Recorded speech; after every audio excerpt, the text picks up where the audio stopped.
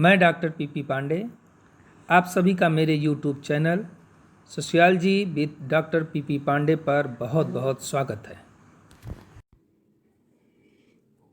Hello दोस्तों, आज हम लोग जानते हैं कि उत्तर प्रदेश लोक सेवा आयोग ने अपना भर्ती परीक्षा कार्यक्रम जारी कर दिया है और ये भर्ती परीक्षा कार्यक्रम उन्होंने राजकीय इंटर कॉलेज परीक्षा 2020 के नाम से जारी किया है। यह परीक्षा पुरुष और महिला के लिए दोनों के लिए होगी और इस परीक्षा को नाम दिया गया है प्रवक्ता परीक्षा।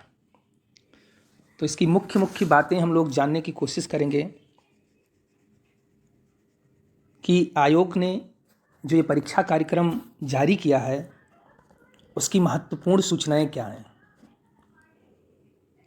छात्रों, अब समय आ गया है,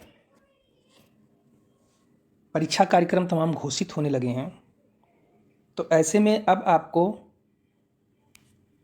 परीक्षा फॉर्म भरने एवं परीक्षा की तैयारी करने के मोड में आ जाना चाहिए। आयोग ने यह परीक्षा ऑनलाइन जारी की है, ऑनलाइन आवेदन पत्र मांगे हैं और इस परीक्षा के फॉर्म भरने की जो प्रारंभिक तिथि है वो 22 दिसंबर 2020 से शुरू हो गई है। जैसा कि आप देख रहे हैं इस वाले पोर्शन में, इस वाले पोर्शन में आपको ये दिख रहा होगा कि ऑनलाइन आवेदन प्रारंभ होने की तिथि 22/12/2020। ऑनलाइन परीक्षा शुल्क बैंक में जमा करने की अंतिम तिथि 18/1/2021। ऑनलाइन आवेदन स्वीकार किए जाने की अंतिम तिथि 22/1/2021। छात्रों, यहाँ एक बात आपको समझ लेनी चाहिए कि जब आप आयोग या कोई भी एजेंसी, भर्ती एजेंसी अपना ऑनलाइन आवेदन मांगती है और उसके प्रारंभ होने की जो तिथि होती है और उसके अंतिम तिथि के पहले ही आपको परीक्षा शुल्क बैंक में जमा कर देना होता है। इसीलिए आयोग ने भी, लोक सेवा आयोग ने भी परीक्षा शुल्क बैंक में जमा करने की अंतिम तिथि और आवेदन भेजने की अंतिम तिथि के पहले 4 दिन पहले 18/1/2021 को निर्धारित किया है, जबकि आवेदन करने की अंतिम तिथि उन्होंने 22/1/2021 को निर्धारित किया है। इसलिए ये बहुत क्लियर ही आपके माइंड में हो जाना चाहिए और इसके पूर्व ही आपको सारी प्रक्रिया का पालन कर लेना चाहिए, जिससे कि आपका परीक्षा फॉर्म, आपका परीक्षा शुल्क समय से आयोग के पास पहुंच जाए। आगे हम लोग देखते हैं कि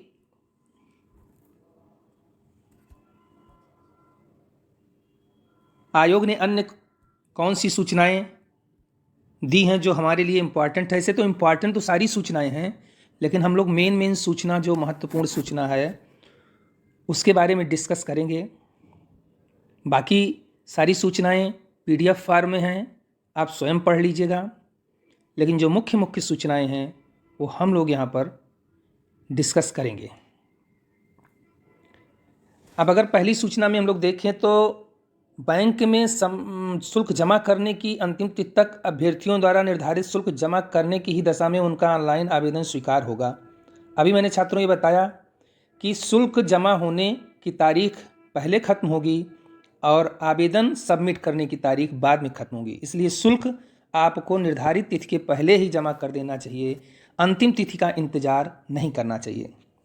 ये बहुत क्लियर रूप से आप अपने दिमाग, कभी ऐसा होता है कि बहुत सारे छात्र अंतिम तिथि को मान के चलते हैं और शुल्क उनका जमा नहीं होता है। परिणाम होता है कि वह अपना आवेदन शुल्क ना जमा करने के कारण से नहीं सबमिट कर पाते हैं। आप ये गलती मत करिएगा, आप पहले ही सारी इस प्रोसेस को पूरा करके अपने आवेदन पत्र को भेज दीजिएगा। बाकी ये किस तरह से ऑनलाइन आवेदन करने के लिए अभ्यर्थियों के लिए क्या सूचनाएं हैं, जब आप इसको फॉर्म भरिएगा तो ये सारे आवेदन जो इन्होंने प्रोसेस बताए हुए हैं ऑनलाइन भेजने के लिए, उसको विधिवत पढ़कर तभी आप अपना जो है ऑनलाइन फॉर्म भेजिएगा। इसका जो एक अन्य सेक्शन है वो आवेदन शुल्क का है। यहाँ है, मैं जूम कर दे रहा हूँ। ये आवेदन शुल्क किसके लिए, कौन सा शुल्क देना होगा। हर कैटेगरी के लिए एक निर्धारित शुल्क किया गया है, उसे निर्धारित किया गया है कैटेगरी वाइज। जैसे आप देख रहे होंगे कि यहाँ अनारक्षित, आर्थिक रूप से कमजोर वर्ग, अन्य पिछड़ा वर्ग का परीक्षा शुल्क 100 प्लस ऑनलाइन प्रक्रिया शुल्क 25, कुल शुल्क इनको 125 रुपये देना है। ये जनरल और ईडब्ल्यूएस के लिए है और ओबीसी के लिए भी है। तो इसका अर्थ क्या हुआ कि जनरल, ईडब्ल्यूएस और ओबीसी के लिए 125 रुपया शुल्क फॉर्म भरने के लिए देना है। वहीं दूसरी तरफ एससी और एसटी के लिए, अनुसूचित जात और अनुसूचित जनजात के लिए यह परीक्षा शुल्क 65 रुपये रखा गया है। क्लियर है छात्रों? हम लोग आगे बढ़ते हैं और देखते हैं कि अन्य श्रेणियों के लिए क्या शुल्क निर्धारित किया गया है। जैसा कि अब आप देख पा रहे होंगे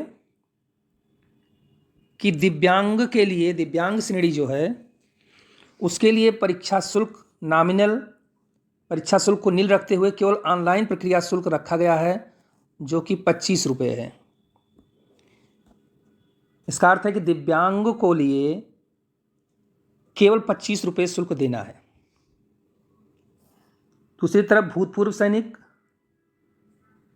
उनके लिए परीक्षा शुल्क 40 और ऑनलाइन प्रक्रिया 25, कुल उन्हें भी 65 रुपये देना है।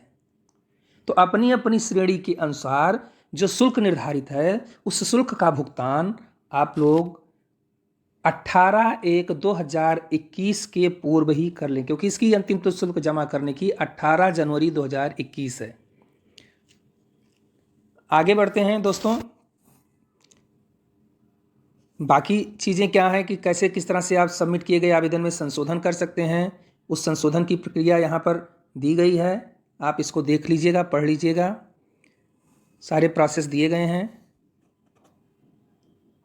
हम लोग ये आते हैं कि किस तरीके से इसके 5वां पॉइंट देखना बहुत महत्वपूर्ण है कि इसका ये वाला कि उत्तर प्रदेश लोक सेवा आयोग जो पुरुष और महिला दोनों के लिए है, राजकीय इंटर कॉलेज मुख्य लिखित परीक्षा 2020 में प्रवेश के लिए उपयुक्त अभ्यर्थियों का चयन करने हेतु इस विज्ञापन के परिशिष्ट 2 में उल्लिखित जिलों के विभिन्न परीक्षा केंद्रों पर एक प्रारंभिक परीक्षा का आयोजन करेंगे। बहुत स्पष्ट है छात्रों कि यह परीक्षा पहली बार इसमें प्रारंभिक परीक्षा का आयोजन किया जा रहा है। अर्थात यह जो प्रारंभिक परीक्षा आयोजित की जा रही है यह एक स्क्रीनिंग परीक्षा होगी। इस प्रारंभिक परीक्षा को पास कर लेने से आपका चयन नहीं होगा।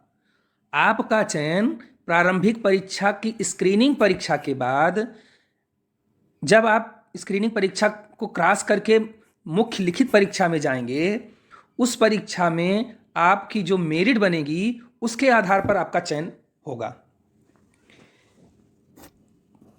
तो इस परीक्षा के 2 प्रारूप आयोग ने तय किए हैं, एक तो प्रारंभिक परीक्षा और दूसरा मुख्य परीक्षा।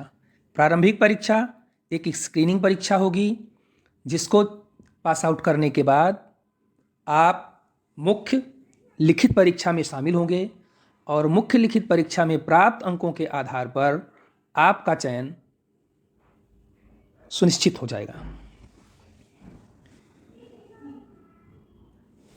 बाकी रिक्तियों की संख्या आप देख लीजिए कि आयोग ने विभिन्न विषयों में रिक्तियों की संख्या क्या रखी है और कुल संख्या कितनी है। तो जैसा कि आप देख रहे हैं कि कुल रिक्तियां पुरुष और महिला शाखा दोनों को मिलाकर 1473 हैं, 1473, जिसमें पुरुष के लिए छात्रों के लिए 991 और महिलाओं के लिए 482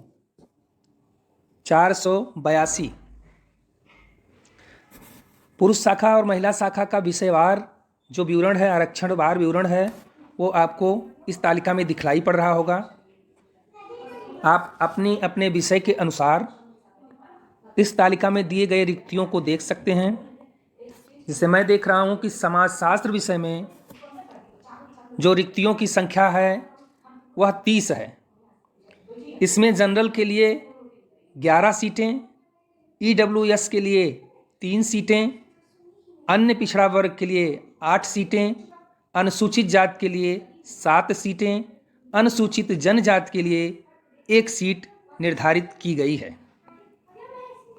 इसी तरह से महिला शाखा में समाजशास्त्र विषय में रिक्त पदों की संख्या कुल 8 है, जिनमें से जनरल के लिए 4, EWS के लिए कोई भी सीट निर्धारित नहीं है।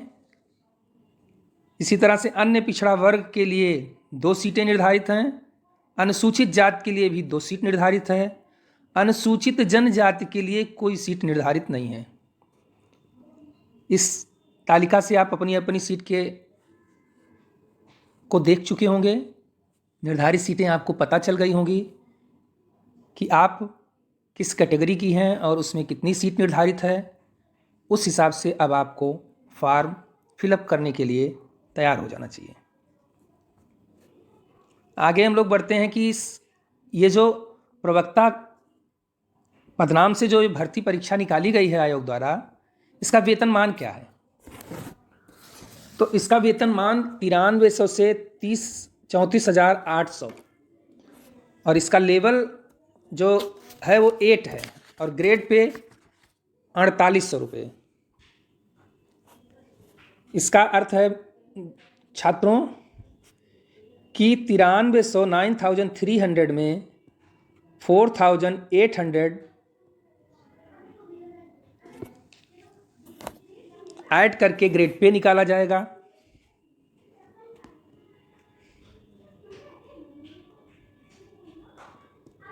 जो उसका मूल वेतन होगा, जिसे 2.57 से मल्टीप्लाई किया जाएगा और उसके बाद जो आएगा वही मूल वेतन होगा। ये आप गणना कर लीजिएगा कि कितना वेतन इसमें मिलने वाला है। ये लंबसम मुझको लगता है कि 36-37 हज़ार रुपये मूल वेतन शुरू होगा और उस पर 17% DA, तो करीब 42-43 हज़ार रुपये से इसकी स्टार्टिंग होनी चाहिए। वो गणना करने के बाद ही पता चलेगा। महत्वपूर्ण यह नहीं है, महत्वपूर्ण यह है आपके लिए कि आपको सर्वप्रथम अपने लिए एक जॉब सुनिश्चित करना चाहिए और शिक्षण वर्ग जो है वो एक ऐसा पेशा है, एक सम्मानीय पेशा है जहां आप स्वतंत्रता पूर्वक अपने कार्य को कर सकते हैं, अपने ज्ञान को अपने छात्रों के बीच में बांट सकते हैं। यह आपको मैक्सिमम सेटिस्फैक्शन देने का काम करता है। आप एक तनाव मुक्त जीवन जीते हैं और आपका जीवन खुशहाल होता है। इसलिए यदि आपको संतुष्ट देखना है, संतुष्ट का स्तर जानना है, तो शिक्षक बनना आपके लिए बहुत लाभकारी होगा। खैर, ये सब बातें होती रहेंगी। हम लोग देखते हैं कि जो इसका अगला सेक्शन है वो आरक्षण का है। शासन के जो नियम होंगे उत्तर प्रदेश सरकार के, जो भी आरक्षण सुनिश्चित किया गया होगा, यह भर्ती उसी के अनुसार होगी। इसके अलावा कुछ रिट का भी उल्लेख किया गया है, उन सब पर आपको नहीं पढ़ना है। जो भी निर्णय होगा वो आपको मान्य होगा, उसी के आधार पर भर्ती सुनिश्चित होगी। इसके आगे के सेक्शन में हम लोग देखते हैं कि जो वैवाहिक परिस्थिति है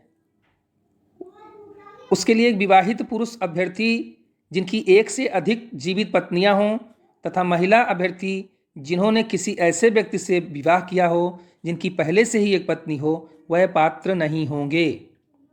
ये ध्यान रखिएगा। कि इसके लिए उन्हें महामहिम राज्यपाल से विशेष छूट प्रदान करनी पड़ेगी। अब जो ये प्रवक्ता भर्ती परीक्षा है गवर्नमेंट इंटर कॉलेज के लिए, जिसे हम GIC बोलते हैं, उसमें विभिन्न विषयों के लिए शैक्षिक अर्हता क्या निर्धारित की गई है, इसे हम लोग देखने का कार्य करते हैं। तो जैसा कि आप लोग देख पा रहे होंगे कि इसके क्रम संख्या 1 में प्रवक्ता पुरुष महिला, इसमें जो विषयों का उल्लेख है वह समाजशास्त्र, भूगोल, अर्थशास्त्र, इतिहास, नागरिक शास्त्र, भौतिक शास्त्र, रसायन शास्त्र, गणित, अंग्रेजी का उल्लेख है। इसकी शैक्षिक अर्हता, जो अनिवार्य शैक्षिक अर्हता है, उसमें ये दिया गया है कि भारत में विधि द्वारा स्थापित किसी विश्वविद्यालय से संबद्ध विषय में स्नातकोत्तर उपाधि या सरकार द्वारा उसके समकक्ष मान्यता प्राप्त कोई उपाधि। बहुत ही स्पष्ट है छात्रों कि ये जो विषय उल्लेख किए गए हैं क्रम संख्या 1 में, उन्हीं विषयों में या उनके समकक्ष प्राप्त किसी उपाधि में यदि आप पोस्ट ग्रेजुएट हैं तो आप इस भर्ती को, इस परीक्षा को आवेदन करने के लिए पात्र हैं। वहीं इसके क्रम संख्या 2 में प्रवक्ता जीव विज्ञान, पुरुष और महिलाओं दोनों के लिए, उसके लिए जो अनिवार्य शैक्षिक अर्हता निर्धारित की गई है वह वनस्पति विज्ञान या जंतु विज्ञान, बॉटनी या बायोलॉजी में, या उसको जूलॉजी बोलते हैं, में PG उपाधि प्राप्त करनी चाहिए आपको। आप क्रम संख्या 3 में प्रवक्ता शिक्षा शास्त्र में देखिए, यहाँ दिया गया है कि मनोविज्ञान या शिक्षा शास्त्र में स्नातकोत्तर उपाधि के साथ राजकीय या मान्यता प्राप्त प्रशिक्षण विद्यालय में LT डिप्लोमा या भारत में विधि द्वारा स्थापित किसी विश्वविद्यालय से शिक्षा शास्त्र में स्नातक उपाधि, या भारत में विधि द्वारा स्थापित किसी विश्वविद्यालय में शिक्षा शास्त्र में स्नातकोत्तर उपाधि। स्पष्ट है छात्रों कि मनोविज्ञान या शिक्षा शास्त्र में अगर PG हैं आप और आपके पास LT डिप्लोमा या B.Ed की उपाधि है तो आप इस फॉर्म को भर सकते हैं, अथवा आप शिक्षा शास्त्र में स्नातकोत्तर उपाधि धारित करते हैं तो आप इस भर्ती के लिए अर्ह हैं। हिंदी विषय के छात्र देखते हैं कि उनके लिए क्या शैक्षिक योग्यता निर्धारित की गई है। तो हिंदी विषय के छात्रों को यह ध्यान में रखना चाहिए कि उन्हें हिंदी में PG की उपाधि उत्तीर्ण होनी चाहिए उनका, और साथ ही जो उनके BA में सब्जेक्ट हैं वो संस्कृत उसमें होना चाहिए। अर्थात उन्होंने BA में यदि संस्कृत विषय पढ़ा है और आगे चलकर वह हिंदी में PG की उपाधि धारित करते हैं तभी वो इस भर्ती परीक्षा के लिए अर्ह हैं। साथ ही साथ यदि वह संस्कृत विश्वविद्यालय वाराणसी की शास्त्रीय परीक्षा का प्रमाण पत्र भी दे देते हैं तो BA में अगर उन्होंने संस्कृत नहीं लिया है, केवल हिंदी में PG हैं और संस्कृत विश्वविद्यालय की शास्त्रीय परीक्षा का प्रमाण पत्र है उनके पास, तो वह छात्र भी इस भर्ती के लिए अर्ह हैं। उर्दू के छात्र छात्राएं पुरुष और महिला संवर्ग में, वो उन्हें उर्दू में PG उपाधि, स्नातकोत्तर उपाधि या सरकार द्वारा उसके समकक्ष मान्यता प्राप्त कोई अन्य उपाधि हो तो वह लोग अर्ह हैं।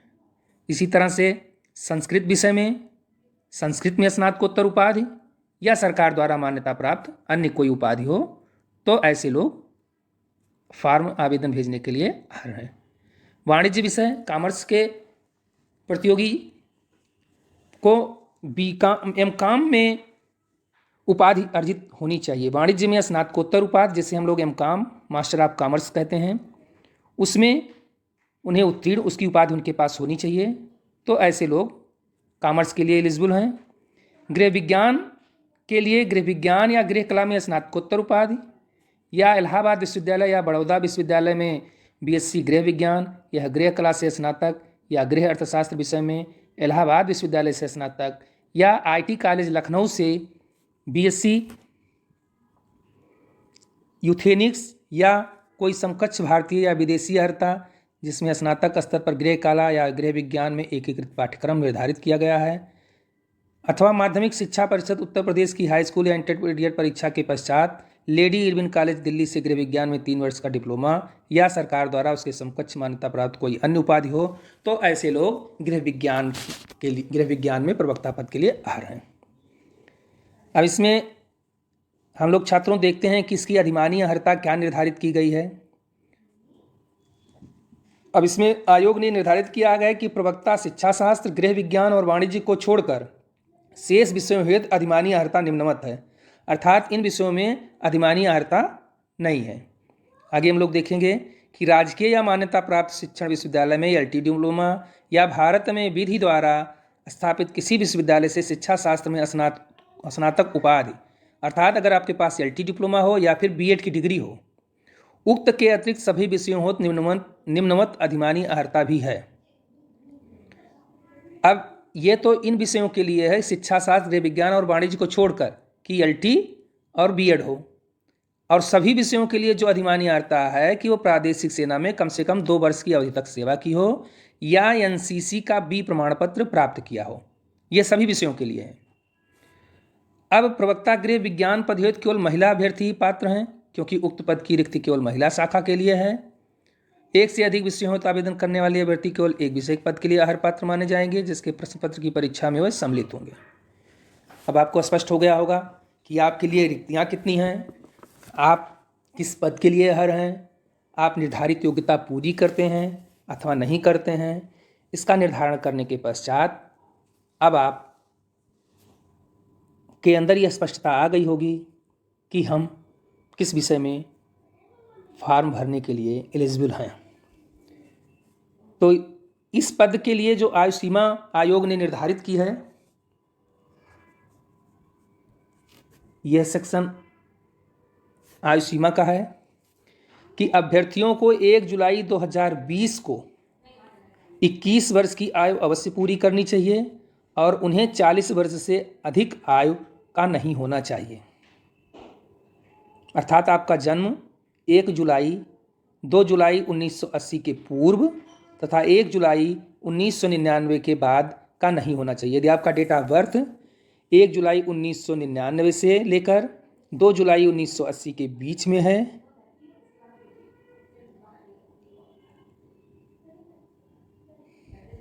एक जुलाई 1999 से 2 जुलाई 1980 तक है, तो आप इस पद के लिए एलिजिबल हैं। दिव्यांगजनों को छूट दी गई है कि उनकी अधिकतम आयु सीमा 55 वर्ष है, जबकि सभी के लिए 40 वर्ष है। अधिकतम आयु सीमा में कुछ अन्य कैटेगरी के लोगों को भी छूट दी गई है, जैसे उत्तर प्रदेश की अनुसूचित जात, उत्तर प्रदेश की अनुसूचित जनजात, अन्य पिछड़ा वर्ग के अभ्यर्थी, उत्तर प्रदेश के वर्गीकृत खेलों के कुशल खिलाड़ी, उत्तर प्रदेश राज्य सरकार के कर्मचारी, उत्तर प्रदेश बेसिक शिक्षा परिषद शिक्षक शिक्षण कर्मचारी तथा उत्तर प्रदेश के अनुदानित माध्यमिक विद्यालयों में कार्यरत शिक्षक कर्मचारी के लिए अधिकतम आयु सीमा में 5 वर्ष की छूट अनुमन्य है, अर्थात उनका जन्म 2 जुलाई 1975 के पूर्व का नहीं होना चाहिए। उत्तर प्रदेश के समाज के दिव्यांग विद्यार्थियों के लिए अधिकतम आयु सीमा 15 वर्ष अधिक होगी। उत्तर प्रदेश के आपात कमीशन प्राप्त अधिकारियों और अल्पकालिक कमीशन द्वारा अधिकारियों भूतपूर्व सैनिकों के लिए समूह ग के पदों में नियमानुसार आयु सीमा में छूट एवं आरक्षण दिए होगा। ये आप लोग देख लीजिएगा। अब हम लोग देखते हैं कि जो ये प्रवक्ता पुरुष महिला परीक्षा है, उसके लिखित परीक्षा के संबंध में क्या सूचनाएं दी गई हैं। तो जब प्रारंभिक परीक्षा में सफल होने वाले अभ्यर्थी मुख्य लिखित परीक्षा में सम्मिलित किए जाएंगे। अभी पहले ही मैंने बताया कि इस प्रारंभिक परीक्षा जो आयोजित की जा रही है वो एक स्क्रीनिंग परीक्षा है। उसमें सफल अभ्यर्थी ही मुख्य लिखित परीक्षा में बैठने के पात्र होंगे और मुख्य परीक्षा की मेरिट में आने के बाद उनका चयन संभव होगा।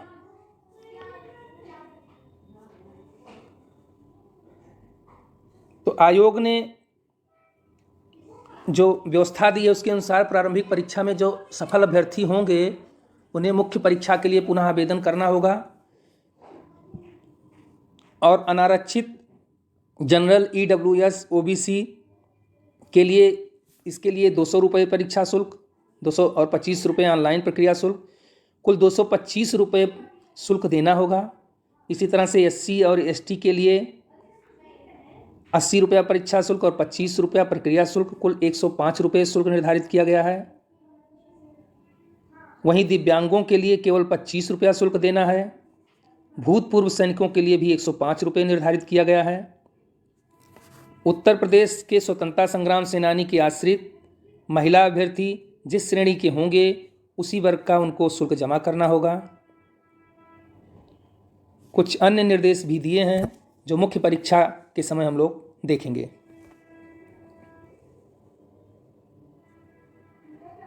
यहाँ एक बात और ध्यान देने वाली बात है छात्रों कि जो ये परीक्षा है कि मुख्य परीक्षा के आवेदन पत्रों में किए गए जाने वाले समस्त दावों की पुष्टि में स्वप्रमाणित अंकपत्र प्रमाण पत्र संलग्न करना अनिवार्य है। अर्थात जब आप प्रारंभिक परीक्षा उत्तीर्ण कर लेंगे और मुख्य परीक्षा का आवेदन करेंगे उस समय आपको अपने सभी अंकपत्र और प्रमाण पत्र जो कि स्वप्रमाणित होंगे उसे संलग्न करना होगा। यदि आपने संलग्न नहीं किया तो आयोग आपका अभ्यर्थन निरस्त कर सकता है या निरस्त कर देगा।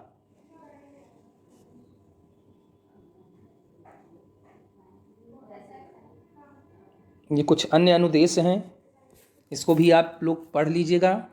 हम लोग इस सेक्शन से आगे बढ़ते हैं और ये देखते हैं कि इसके जो सामान्य अनुदेश हैं, डिटेल एप्लीकेशन फार्म वगैरह कैसे भरे जाएंगे, ये सेगमेंट वाइज उन्होंने कैसे बताया है कि किस तरह से आप एप्लीकेशन भरेंगे। ये सब गाइडलाइंस आप पढ़कर फिर अपने फार्म को सबमिट करिएगा। इसी तरह से कुछ परिशिष्ट दिए गए हैं, वह परिशिष्ट, हाँ एक चीज़ महत्वपूर्ण है छात्रों कि यह परीक्षा केवल 2 नगरों लखनऊ और प्रयागराज में आयोजित की जाएगी। ये आपको स्पष्ट एक बार हो जाना चाहिए कि प्रदेश के किसी अन्य शहर में ये परीक्षा आयोजित नहीं की जाएगी। कुछ अन्य भी परिशिष्ट दिए गए हैं, जैसे परिशिष्ट 3, ये SC ST के लिए जाति प्रमाण पत्र कैसे उनको सबमिट करना है, किस प्रोफार्मा पे। OBC के लिए भी एक प्रमाण पत्र दिया गया है, उन्हें इस प्रोफार्मे पे अपना प्रमाण पत्र जमा करना है।